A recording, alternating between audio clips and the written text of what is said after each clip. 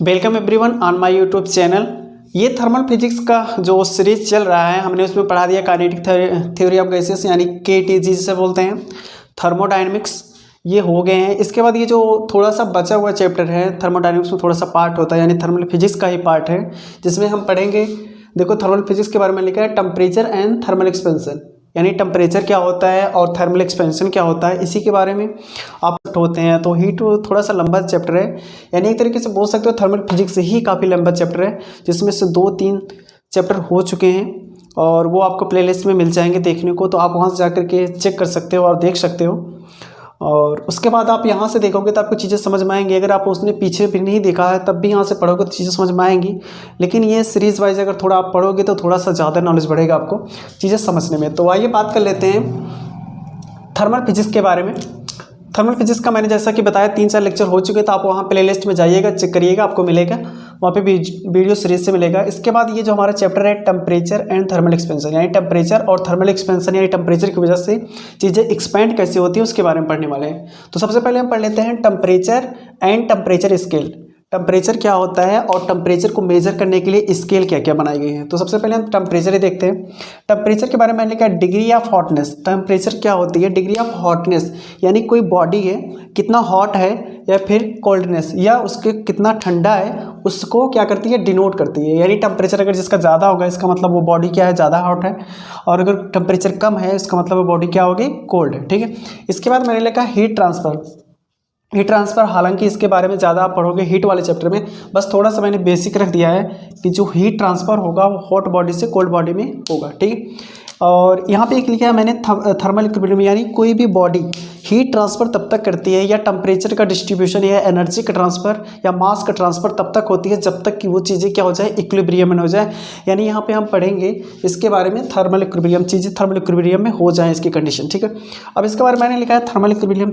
Thermal equilibrium क्या होता है? ये चीज़ें क्या करती है, जो सिस्टम में जितनी भी चीज़ें बनी हैं वो क्या करती हैं? स्टेबल होना चाहती हैं। अगर इसके पास ज़्यादा एनर्जी होगी, एक बॉडी के पास ज़्यादा एनर्जी है या इसके पास ज़्यादा हीट है, इसके पास ज़्यादा हॉटनेस है, तो वो क्या करेगी? अपनी स्टेबिलिटी गेन करना चाहेगी। यानी उसके बगल में आप अगर कोल्डनेस वाली बॉडी रख दोगे या कोल्ड बॉडी रख दोगे तो ये क्या करेगी? या लेस एनर्जी वाली बॉडी रख दोगे तो ये अपनी हायर एनर्जी से लो एनर्जी में फॉरवर्ड हो जाएगी, यहाँ से चीज़ें चल जाएगी। और ये तब तक चीज़ें चलती हैं जब तक वो इक्विलिब्रियम में ना आ जाए। अगर यहाँ पे थर्मल इक्विलिब्रियम में क्या मतलब, यहाँ पे टेम्परेचर की बात की गई, जब तक कि दोनों का टेम्परेचर बराबर ना हो जाए ये तब तक प्रोसेस चलता रहेगा। ठीक है। और जैसे ही दोनों का टेम्परेचर इक्वल हो जाता है तो उसी वाली कंडीशन को हम बोल देते हैं थर्मल इक्विलिब्रियम। ठीक है। एक तरीके से थर्मल इक्विलिब्रियम टेम्परेचर डिफरेंस को भी शो कर सकता है। ठीक है। या हीट या इलेक्ट्रोमैग्नेटिक तरीके से चीज़ें एक्सचेंज होती हैं, वो सारे सिस्टम देख लेंगे। इसके बाद मैंने लिखा है जीरोथ लॉ ऑफ थर्मोडायनेमिक्स, जैसा कि ये कई बार हो चुका है, यानी पिछले वाले लेक्चर में भी हो गया, अभी यहाँ पे भी देख लेते हैं। Zeroth law of thermodynamics, thermodynamics में हमने जो first law, second law, third law और जीरोथ लॉ ये सारी चीज़ें बता दिया है। तो वहाँ से देख लेते हैं जीरोथ लॉ क्या होता है। हमने बताया अगर बॉडी ए और बॉडी बी ये आपस में थर्मल इक्विलिब्रियम में है, और जो बॉडी ए है और बॉडी सी के साथ भी अगर थर्मल इक्विलिब्रियम में है, तो ये ऐसा होगा कि ऐसा कंडीशन होगा कि जो थर्मल ए यानी थर्मल ए, थर्मल बी, थर्मल सी ये आपस में एक दूसरे के बराबर होंगे, यानी ये क्या होंगे? थर्मली इक्विलिब्रियम में होंगे, यानी इनका सेम टेम्परेचर होगा ए बी सी का है। कहने का मतलब अगर ए बी के बराबर है, यानी temperature of A equal to temperature of B, temperature A equal to temperature of C, तो यहाँ से देखेंगे temperature A, temperature B, temperature C ये आपस में क्या होंगे? इक्वल होंगे। ठीक है। इसके बाद मैंने लिखा है हेडिंग में मेजरमेंट ऑफ टेम्परेचर। टेम्परेचर को मेजर कैसे करते हैं इसके बारे में लिखा है। मैंने लिखा है थर्मोडायनेमिक्स की वह ब्रांच, थर्मोडायनेमिक्स ब्रांच लिखा है। थर्मोडायनेमिक्स की वह ब्रांच जिसमें टेम्परेचर के बारे में स्टडी करते हैं या टेम्परेचर के मेजरमेंट के बारे में स्टडी करते हैं, उसको हम बोलते हैं थर्मोमेट्री। थर्मोडायनेमिक्स की वह ब्रांच जिसमें हम मेजरमेंट ऑफ टेम्परेचर के बारे में पढ़ते हैं या स्टडी करते हैं उसको बोलते हैं थर्मोमेट्री। और इस टेम्परेचर मेजरमेंट के लिए जो डिवाइस यूज़ की जाती है उस डिवाइस का नेम है थर्मोमीटर। ठीक है। और उस थर्मोमीटर में जो लिक्विड या गैस यूज़ की जाती है उसको बोलते हैं थर्मोमेट्रिक सब्सटेंस। ठीक है।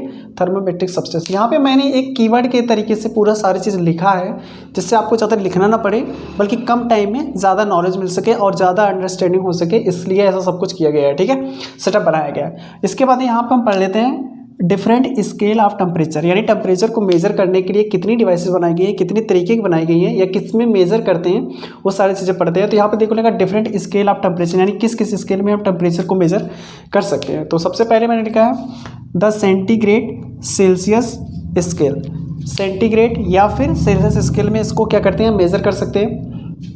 ये नंबर 1 स्केल है, इसको हम ऐसे सिंबलिक डिनोट करते हैं डिग्री सेल्सियस, ठीक है, ये तो सबको नॉलेज होगा। इसके बाद सेकंड पॉइंट है द फ़ारेनहाइट स्केल, ये सेकंड द फ़ारेनहाइट स्केल, इसको लिखते हैं डिग्री फ़ारेनहाइट, ठीक है। इसके बाद ये केल्विन स्केल, केल्विन स्केल को कैपिटल के से रिप्रेजेंट करते हैं, ठीक है। इसके बाद यहाँ पे रिलेशन मैंने लिख दिया है, ये काफ़ी इंपॉर्टेंट है। यहाँ पे चीज़ें आप कन्वर्ट कर सकते हैं किसी एक यूनिट को दूसरे यूनिट में, जैसे कि अगर हमें केल्विन से डिग्री सेल्सियस में रिप्रेजेंट करना है तो आप ये फार्मूला लगाओगे। अगर आपको डिग्री सेल्सियस पता है फ़ारेनहाइट में चेंज करना है तो आप ये लगा दोगे। अगर आपको यहाँ से किसी एक में भी इसको लगा किसी एक से कंपेयर कर सकते हो। यहाँ पे अगर केल्विन फ़ारेनहाइट में ये रिलेशन हो जाएगा, डिग्री सेल्सियस फ़ारेनहाइट में ये केल्विन और इसमें ये। यहाँ पे देखो ये मैंने जो लास्ट वाला लिखा है, ये लिखा है किसी एक अननोन पॉइंट पे अगर हमें वहाँ पे टेम्परेचर को मेजर करना है तो ये लिखा है x minus L F P divided by U F P minus L F P. यहाँ पे देखो एल एफ पी का मतलब हो गया lower fixed point, lower fixed point, और जो यू एफ पी है इसको बोल दिया अपर फिक्स्ड पॉइंट। तो यहाँ से अगर लोअर फिक्स्ड पॉइंट अपर फिक्स्ड पॉइंट है तो किसी जनरल पॉइंट पे हम इसके जैसे केल्विन निकालना हुआ तो इसको केल्विन के बराबर कर देंगे, डिग्री सेल्सियस के बराबर निकालना है तो इसको डिग्री सेल्सियस के बराबर कर देंगे। यहाँ पर अगर फ़ारेनहाइट में निकालना है तो इसको फ़ारेनहाइट के बराबर करेंगे, यानी एक दूसरे से किसी से भी कन्वर्जन आप कर सकते हो, ठीक है। आई होप आपको ये समझ में आया होगा। इसके बाद जो हमारा नेक्स्ट टॉपिक है ये है थर्मल एक्सपेंशन, यानी अभी हमने टेम्परेचर के बारे में पढ़ दिया, टेम्परेचर हमारा क्या करता है, टेम्परेचर को मेजर कैसे करते हैं, उसके स्केल क्या क्या है वो पढ़ लिया। इसके बाद हम थर्मल एक्सपेंशन, यानी देखो थर्मल एक्सपेंशन में यहाँ पे हमने एक कर्व बनाया जिसको हम बोलते हैं पोटेंशियल एनर्जी कर्व। एक कर्व बनाया जिसको बोल रहे हैं पोटेंशियल एनर्जी। इस डायरेक्शन में यानी वाई डायरेक्शन में आपको पोटेंशियल एनर्जी लिया गया है और इधर पे उसके रिस्पेक्ट में हमारे एक्सपेंशन कितनी हो रही है मटेरियल्स में वो लिया गया है, ठीक है। तो और यहाँ पे जो एक कर्व बनाया गया है atomic theory of matter, matter के एटॉमिक थ्योरी अकॉर्डिंग के जो कॉन्सेप्ट होता है उसके हिसाब से चीज़ें बनाई गई हैं, ठीक है। तो यहाँ पे अगर सॉलिड की बात कर लेते हैं, मटेरियल अगर सॉलिड है यानी ये गैसेस है, तो अगर आप उसका टेम्परेचर बढ़ाते हो तो उसके अंदर के जो इंटरमॉलिक्यूलर फोर्सेस होंगे यानी वो जो मॉलिक्यूल्स होंगे वो क्या करेंगे, वाइब्रेट करेंगे। यानी दो मॉलिक्यूल्स हैं, अगर उसका टेम्परेचर बढ़ाते हो तो ये क्या करेंगे, वाइब्रेट करने लगेंगे, ठीक है। जब ये वाइब्रेट करेंगे इसकी इंटरनल एनर्जी यानी एक टेम्परेचर की वजह से उसकी इंटरनल एनर्जी क्या कर जाएगा, इंक्रीज कर जाएगी। जैसे थर्मोडायनामिक्स पढ़ा होगा आपने, इंटरनल एनर्जी काइनेटिक एनर्जी पे डिपेंड करती है, और काइनेटिक एनर्जी यहाँ पे है, और काइनेटिक एनर्जी किस पे डिपेंड करती है, एब्सोल्यूट टेम्परेचर पे, ठीक है। तो यहाँ सारी चीज़ें। इसके बाद देखो एवरेज डिस्टिंग्विश बिटवीन एटम, यानी एटम के बीच की जो डिस्टेंस हो जाएगी कि टेम्परेचर आप बढ़ाते हो तो क्या गया, बढ़ता जाएगा, गैप बढ़ता जाएगा, ठीक है। इससे क्या होगा, जो मैटर होगा चाहे सॉलिड हो या गैस हो, उससे क्या हो जाएगा, होल एक्सपेंड, यानी पूरी तरीके से जो मैटर हो जाएगा वो धीरे धीरे एक्सपेंड हो जाएगा। यानी अगर टेम्परेचर बढ़ाते हो तो एक्सपेंड होगा, वो टेम्परेचर और एक्सपेंशन क्या ग्राफ कैसे बनेगा, तो ये सारी चीज़ें ऐसे शो किया गया, ठीक है। इसके बाद यहाँ पे मैंने कुछ नोट पॉइंट लिखा है, देखो थर्मल एक्सपेंशन मिनिमम किस में होगा, सॉलिड में, ठीक है। इसके बाद लिखा है थर्मल एक्सपेंशन मैक्सिमम किस में हो सकता है, गैसेस में। क्यों, क्योंकि इसके इंटरमॉलिक्यूलर फोर्सेस क्या होते हैं वो बहुत तेज़ी से इंक्रीज होंगे, जिससे क्या होगा, गैसेस में जो इंक्रीमेंट होता है यानी एक्सपेंशन होता है वो सबसे ज़्यादा होता है, जबकि सॉलिड में क्या होगा, सबसे कम होगा, ठीक है। इसके बाद एक्सपेंशन के हिसाब से चीज़ें रखी गई, जैसे एक्सपेंशन कितने तरीके के हो सकते हैं। अगर हम सॉलिड की बात कर लेते हैं 1D 2D 3D, ठीक है। सॉलिड में कितने तरीके के होंगे एक्सपेंशन, 1D 2D 3D, ठीक है। अगर हम बात करते हैं गैसियस में केवल 3D, यानी उसके वॉल्यूम के अकॉर्डिंग चीज़ें क्या करेंगी, एक्सपेंड करेंगी। यहाँ पे 1D का मतलब हमने लिख दिया लीनियर एक्सपेंशन, सिर्फ लीनियर एक्सपेंशन। जैसे कि ये मटेरियल है, हम अगर इसको हीट करेंगे तो यहाँ पे अगर सॉलिड की बात करते हैं 1D में सिर्फ इसकी लेंथ इंक्रीमेंट होगी, ठीक है। इसके बाद अगर हम 2D की बात कर लेते हैं तो ये लिखा है सुपरफिशियल या एरिया के हिसाब से, एरिया के हिसाब से चीज़ें एक्सपेंड करेंगे 2D में, ठीक है। इसके बाद 3D में बात कर लेते हैं वॉल्यूमेट्रिक एक्सपेंशन, यानी इसके पूरे वॉल्यूम में एक्सपेंड होगा, ठीक है। तो यहाँ पे अगर हम गैसियस की बात करते हैं तो 1D 2D ऐसा नहीं होता है, इसमें सिर्फ क्या होगा, 3D थर्मल एक्सपेंशन होगा, ठीक है। इसके बाद थोड़ा डिटेल्स में चलते हैं 1D 2D और ये 3D के बारे में देखने के लिए, ठीक है। अगर हम 1D की बात कर लेते हैं, एक हमारे पास मटेरियल है, उसकी ओरिजिनल लेंथ L0 है, उसका ओरिजिनल टेम्परेचर क्या है, T है, यानी इनिशियल की बात की गई। अगर इनिशियल में लेंथ इस मटेरियल की L0 है और उस समय उसका टेम्परेचर T रखा गया है, उसके थोड़े टाइम बाद यानी T टाइम बाद हमने उसका जो टेम्परेचर इंक्रीमेंट किया उसमें, टेम्परेचर में इंक्रीमेंट किया कितना, डेल्टा टी, यानी डेल्टा टी टेम्परेचर उसमें बढ़ाया, तो उसमें जो फाइनल टेम्परेचर होगा टी प्लस डेल्टा टी होगा, ठीक है। उसमें लेंथ अगर डेल्टा एल का आया है, यानी डेल्टा एल का इंक्रीमेंट हुआ, चेंज हुआ, तो यहाँ पर टोटल जो लेंथ होगा यानी फाइनल लेंथ होगा एल नॉट प्लस में डेल्टा एल का, ठीक है। तो यहाँ से हम अगर इसके फाइनल लेंथ को इस तरीके से फार्मूले से लिख सकते हैं, एल इजक्वल टू में L not 1 plus alpha delta theta. यहाँ पे जो अल्फा है इसको बोलते हैं लीनियर कोफिशिएंट, क्या बोलेंगे, लीनियर कोफिशिएंट, ठीक है। इसके बाद अगर चेंज इन लेंथ को हम लिखना चाहें तो ऐसे लिख सकते हैं, चेंज इन लेंथ हो जाएगा एल नॉट यानी इनिशियल लेंथ प्लस में अल्फा डेल्टा टी, ठीक है। इसके बाद अगर हम 2D की बात कर लेते हैं, सुपरफिशियल या एरियल एक्सपेंशन बोलेंगे या एक्सपैंड बोलेंगे। तो यहाँ पर अगर इनिशियल, ये सपोज एक कोई मटेरियल है, इसका इनिशियल एरिया ए नॉट है, इनिशियल लेंथ एल नॉट है और इनिशियल टेम्परेचर कैपिटल टी है, ठीक है।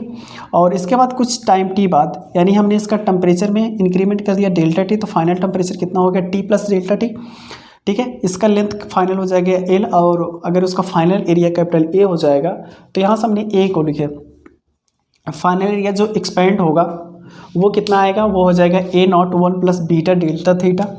और यहाँ पे इनिशियल में देखेंगे एरिया बेसिकली होता क्या है, बेस इंटू हाइट। अगर ये एल नॉट है तो क्या हो जाएगा, एल नॉट स्क्वायर, और ये फाइनल वाले में एल का स्क्वायर, ओके। तो यहाँ से अगर हम रखते हैं इस वाले वैल्यू में इन सबको, तो यहाँ से हो जाएगा एल स्क्वायर, एल नॉट का square 1 plus beta delta theta. अगर हम बीटा की बात करें, बीटा को बोलते हैं सुपरफिशियल या एरियल कोफिशिएंट, ठीक है।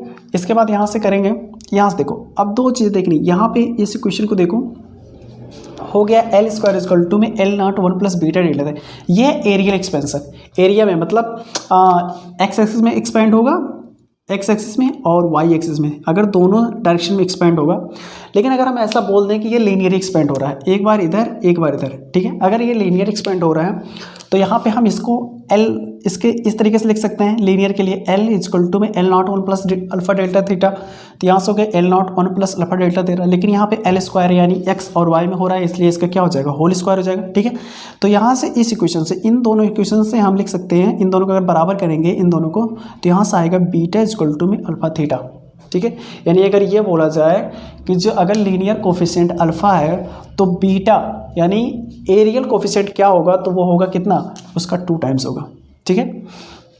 तो इसी तरीके से अगर हम 3D की बात कर देते हैं, इनिशियल वॉल्यूम V नॉट है, इनिशियल लेंथ L नॉट है, इनिशियल टेम्परेचर T है, टाइम T बाद हमने उसमें डेल्टा T का इंक्रीमेंट किया यानी टेम्परेचर हीट किया, टेम्परेचर बढ़ाया, तो यहाँ पे volume final volume capital V, final length L, और जो टेम्परेचर में इंक्रीमेंट किया डेल्टा टी, यानी फाइनल जो टेम्परेचर होगा टी प्लस डेल्टा टी होगा।